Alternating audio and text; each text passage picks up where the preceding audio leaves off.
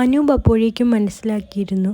മാളമ്മയുടെ ആത്മാവ് ഇതിനകത്തകപ്പെട്ടിരിക്കുന്നു. പക്ഷെ അതെന്തിനാണ് അവനെ തേടുന്നത്? എന്തു ബന്ധമാണ്? മുറിയിലെ നിലത്തിൽ തെളിഞ്ഞിരിക്കുന്ന ഒരു എഴുത്തവൻ കണ്ടു. പൊളിച്ചു കളഞ്ഞത് വീടല്ല, ഞാനായിരുന്നു. അത് വെറും വാക്കുകളല്ല, അതിനു പിന്നിൽ ഒരുപാട് തീവ്രതയുള്ള വികാരങ്ങളുണ്ടായിരുന്നു.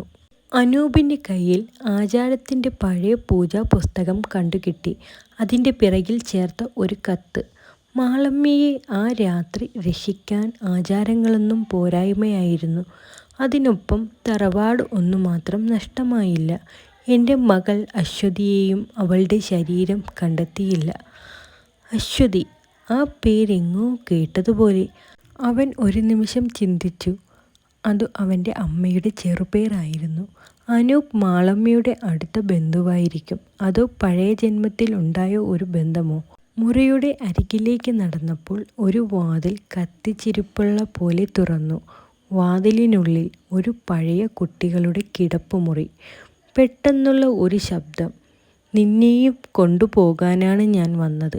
അനൂപിൻ്റെ പുറകിൽ ഒരാളുടെ ശ്വാസം.